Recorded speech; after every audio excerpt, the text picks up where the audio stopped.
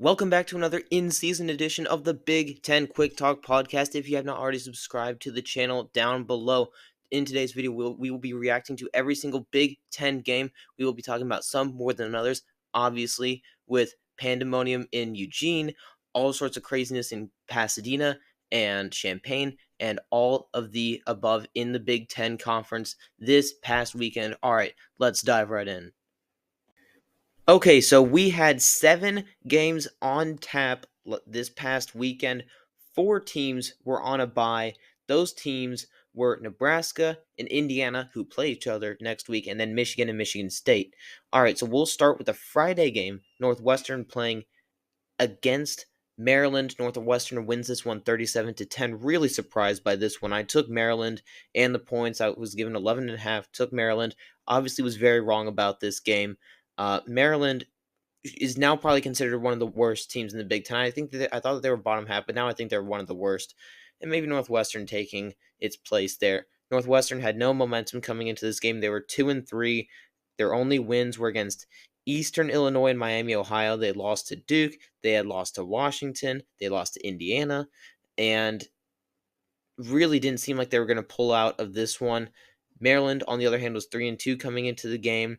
They did lose to Indiana last week, but they beat Villanova, Virginia, and UConn before. Really thought that Maryland was going to win this game. Ty Felton, excellent receiver, and Maryland just has no defense, and they got out coached in this one.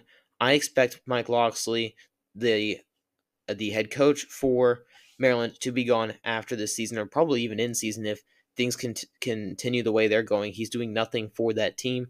He's brought in as a great recruiter. He has not recruited great players, and it was just not a good game all around for Maryland. Maybe I'm overreacting a little bit, but again, just a result that really did not. It was surprising to me. It was very surprising to me. All right, the next game, Washington battled Iowa. This is where Big Noon kickoff, excuse me, was at. They were at the Iowa campus for this game. Early set, 11 a.m. Central Time Zone kick, and Washington had to come out for that game, fly across 2 time zones there, and they were absolutely demolished. This is what I've been saying even when Washington was beating good teams. They do not have the depth to go very far in this league, in the Big Ten, the way they play football, and succeed against good teams down the stretch. They just don't have the depth and they don't have the offensive identity to do it. They have an offensive identity. It's a Pac-12 offensive identity. I'm very convinced of that. And when they play teams like Iowa down the stretch, it's just not going to bode well for them. I mean, up next on their schedule, they're going to be playing Indiana. They're going to be playing USC. They're going to be playing Penn State, Oregon. So when it comes to Washington, they just don't have the depth or the identity, in my opinion, or you could say the toughness that the Big Ten plays with in order to continue going. Iowa putting up some pretty great offensive numbers. Again, another Caleb Johnson game. 2 touchdowns, 166 yards on 21 carries. The defense being lights out. I mean, the defense was all over the place today. 4 sacks, 5 TFLs, and they just gave Iowa great chances to go out there and compete. Cade McNamara only threw for 108 yards, but if you can win and put up 40 points, with him only going for 108 yards, I mean, really, that's all you got to do, and you should be happy with that if you're an Iowa fan. I mean, it's a really rough looking box score when it comes to passing, but hey, he threw for 2 touchdowns. QBR was a 71.6, pretty good all around. Will Rogers threw for just under 200 yards on the Washington side. Then DeMond Williams Jr. came in and threw for 71 once the game was pretty much sealed and over. Jonah Coleman, the only way Washington is going to be able to win games is through Jonah Coleman, number 1, the running back, and he only went for 80 yards today. Every time they've won, he's gone for over 100 yards, and that's how they win games, is on the back of him and a bunch of passing yards from Will Rogers. Okay, next game, Wisconsin blew out Rutgers. I did not think this was going to happen. I thought it was going to be a very close game. But Wisconsin's really finding a great offensive identity under Braden Locke of all people.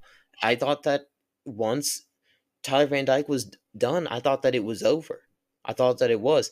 And then Braden Locke comes in. He throws for a crap ton of yards. Pretty much every game, it seems his QBR was up in the lower 90s this game. Threw for 240 yards, a touchdown thrown.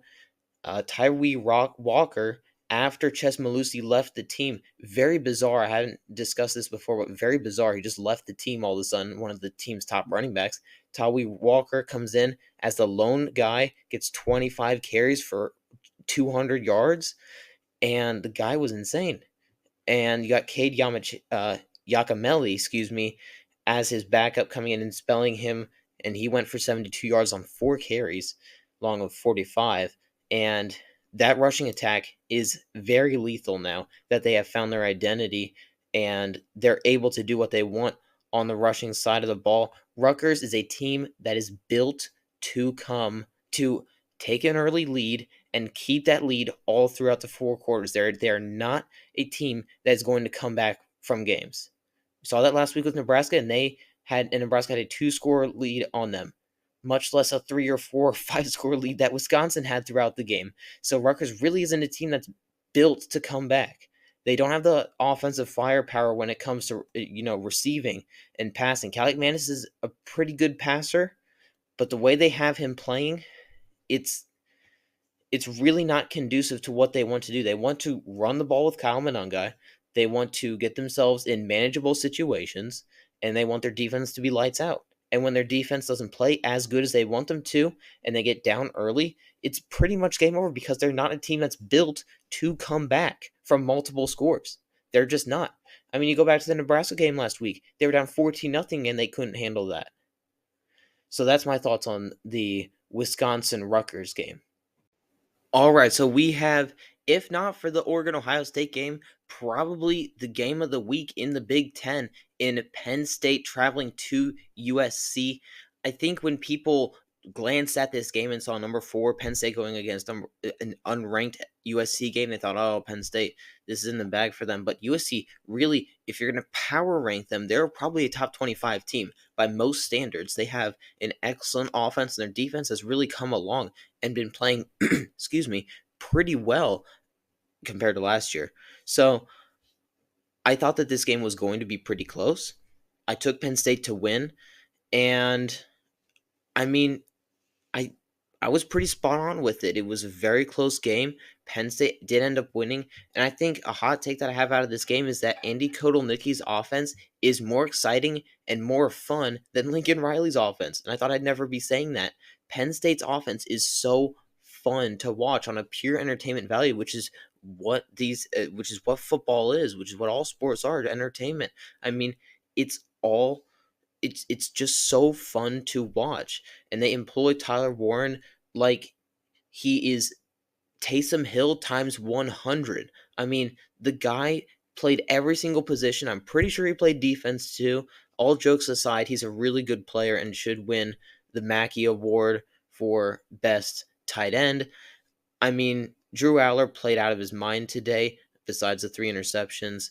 I mean, he was very up and down, but when he was really going at it, he looked like a really darn good QB. And yes, I do get that he threw 3 interceptions, but I think we can all say that he has taken a step up. The step up that everyone was asking. I was asking, if you were listening to my Penn State season preview, I said this team can be elite if Drew Aller can take the next step. I said it multiple times in my Penn State season preview, and I think that we can finally say that he has taken that step. I think after this game, and if you watch it, I mean, he had the clutch gene going for him. He had his huge arm and deadly accuracy going for him, and he commanded the offense, and he commanded a close win, which was huge. Also on Penn State side of the ball, the the kicking game was actually pretty darn well. They had a lot of trouble with it earlier. Ryan Barker was 4 for 4 on field goals. Yes, they weren't all that far away. I think the longest one was about 35, 40 yards, something like that. Excuse me. But they figured that out. They weren't hitting some of those earlier in the year. Now they are. And they won this game through the air. Really thought that that was strange in my opinion, but hey, they did Drew through for almost 400 yards. He was 9 yards shy of 400 yards. Katron Allen and Nick Singleton combined for 82 yards in this game and one touchdown that belonged to Katron Allen. And really, really bizarre switch there. Changing up your identity like that, but when you're in a tough environment and a tough game against USC, that's gonna happen. Tyler Warren, like we said, 17 receptions. That is insane. I cannot tell you guys how insane and how great a player Tyler Warren is, and people around the country still don't know his name. The dude is Kyle Pitts level talented. And for those of you that remember Kyle Pitts, he was considered probably the greatest tight end prospect to ever come out in the draft. Currently playing with the Falcons, currently doing pretty well from what I understand. And I mean, I think he is that level talented, and he plays so many different positions. He's physical, he can block. I think, he's better than a lot of NFL tight ends right now. I'm going to just say that. On the USC side of things, it wasn't a bad game at all. It really wasn't. You hung with the number 4 ranked team in the country and lost them by 3 points in overtime. So I really wouldn't be too fed up about this loss, other than the fact that you really could have won the game. You were up by, I think it was 20-6 at half. I mean, yeah, Penn State did show the clutch gene, but you guys really hung in there and showed that you do belong in the top 25. It's just about your record right now. You're not going to be in the top 25, but on a pure power standpoint, against a lot of teams that they are ranked with, probably right now in like the 40, 50-ish range, they're better than almost all of them. So, I mean, based on record, yeah, they should be where they are. A 3-3 team ain't nowhere close to the top 25, but the way they've played, they're really right there. I mean, if you take out the Minnesota game, they look really good right now. They beat right now an LSU team that is top 15. They really hung close with Michigan, who's still a top 25 team. I don't know how, but they are. And they hung close with the number 4 ranked team in the country. So I wouldn't be sweating it too much if I was a USC fan. Miller Mall still looks pretty good. Woody Marks as a running back is really coming along. 111 yards against that Penn State front is very impressive. So that's what I have to say about this game. It's a thriller. Let's get on to the back half of the weekend's games. Really quick before we go forward, if y'all could please subscribe to the channel, that would be awesome. Our goal for the end of the season, by the end of the season, we want to have about 500 subscribers on the channel. So if y'all could make that happen, that would be much appreciated. And it starts with you, the listener. If you, the listener, could just subscribe to the channel, that would just make all the difference in the world as to getting to that goal, as well as liking, liking, sharing the video with some friends, and commenting your thoughts down below in the comments section. Also follow me on X at Big10_Quick Talk. You get a lot of my instant reactions, a lot of my thoughts on the college football universe there on X as well. All right, let's dive back in. For the purpose of not having the video run for 1,400 hours, I'm going to mostly skip over Minnesota versus UCLA, although I'll give my general thoughts here really quick. I thought that Minnesota, coming off of a really great win against USC, was going to win by a lot more. And UCLA hung in there at home, very late game. And honestly, I should have seen it and had the makings of a trap game. Very late, West Coast, UCLA at home. But Minnesota did hang on and get the win, and that's really all they need to do. I still believe that Minnesota isn't a great team. You can dispute me on that. I still don't believe that they're a great team out there, but and for that reason, they need to just grab as many wins as they possibly can in order to make a bowl game, in my opinion. All right, so Purdue and Illinois, this game was very, very interesting in my opinion. The final score being 50-49 does say that in this game.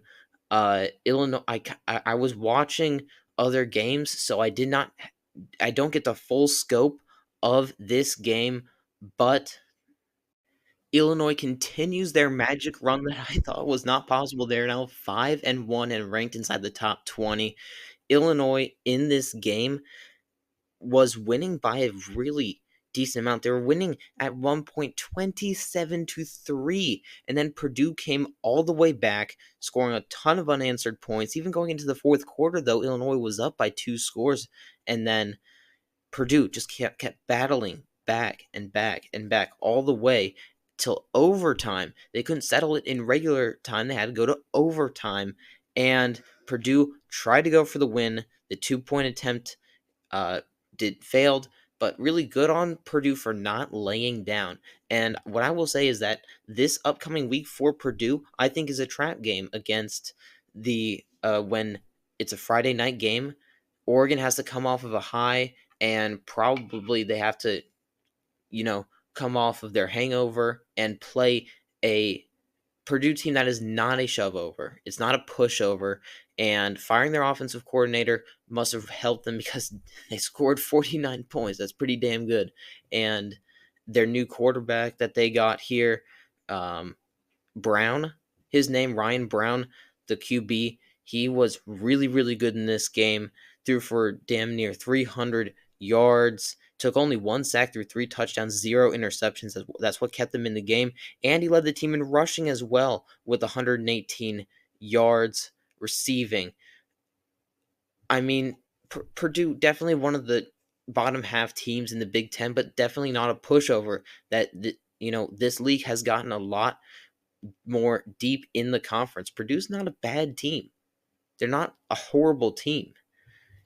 I mean, they just play in a deep conference, and I am pretty assertive in saying that. The conference has not been deep in years past. I totally get that, and that's a fact. But I think that this year in the Big Ten, there are a lot of pretty darn good teams, and Purdue's just on the other end of that. Illinois, considering their, in my opinion, magical run, considering I did not think Lou Altmaier was going to be who he was, and I thought Brett Bielema was not a very good head coach. So far, I've been proven wrong. Still a lot of season left to go, but this game was thrilling, in my opinion, going back and watching it over again. All right, we will now talk about the game of the year.